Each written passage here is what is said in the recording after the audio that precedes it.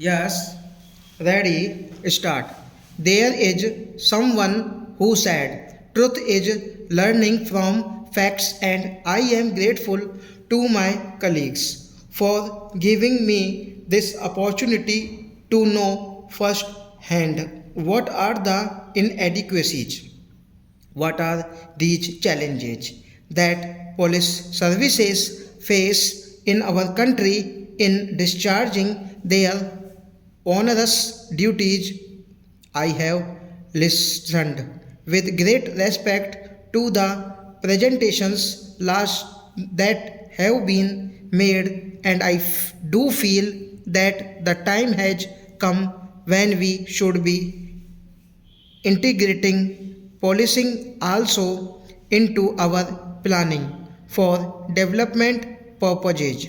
This old fashioned division between the development expenditure and non development expenditure has outlived its utility, and I will go back and discuss with the planning commission, with the home ministry, how best we can develop our so called development and the so called non development sectors of our economy. I do feel listening to the presentations that have been made that there is an urgent need to look into the future what type of police system our country needs in grappling with the challenges that are now on the horizon, and where we are, how much distance we have to travel in order to ensure that we provide our country a police system which is adequate to the challenges that our country faces. So, this is one thing which I would say we have in our system 5-year planning of the defense forces. I would suggest to the Honorable Home Minister that maybe time has come we should from a 5-year or maybe a longer term perspective plan which would take into account the imperative need for upgrading our technology, our human resource strategies, and all the other related subjects which have been discussed.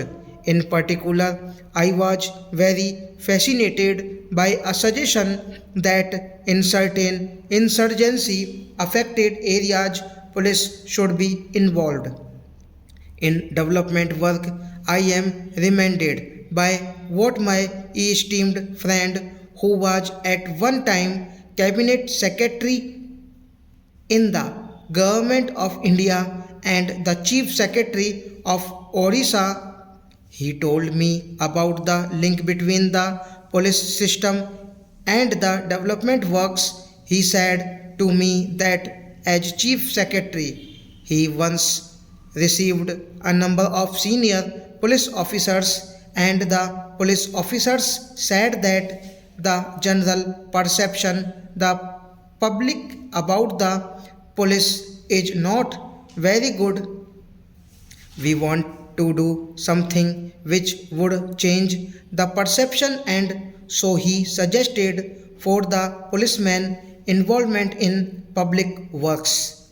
One thing that I do wish to say is that 80% of the police personnel belong to the category of constables, and I think this is certainly true that we have not paid adequate attention to ensuring that the constables of the future are being produced by our policing system. Some years ago, I was told in Maharashtra that 75% of policemen live in chawals in slum areas where they interact all the time with criminal elements. Now, out of that policing system, you cannot produce men and women of integrity. I think there are lot of temptations to fall off the chosen path of goodness. So we have to pay a lot more attention to ensuring that we provide adequate facilities for our constables. Housing facilities certainly have to improved, but also training their psychological, mental makeup, and this also applies to many police schools also.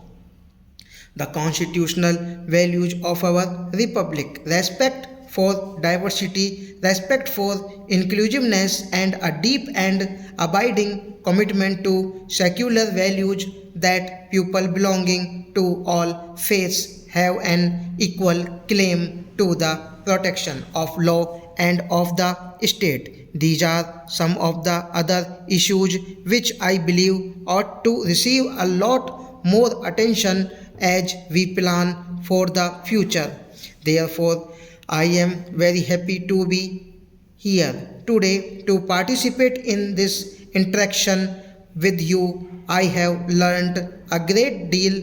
I hope that the Home Ministry will follow up on the suggestions that have been made. Find out a list of urgent areas where there is need for immediate action.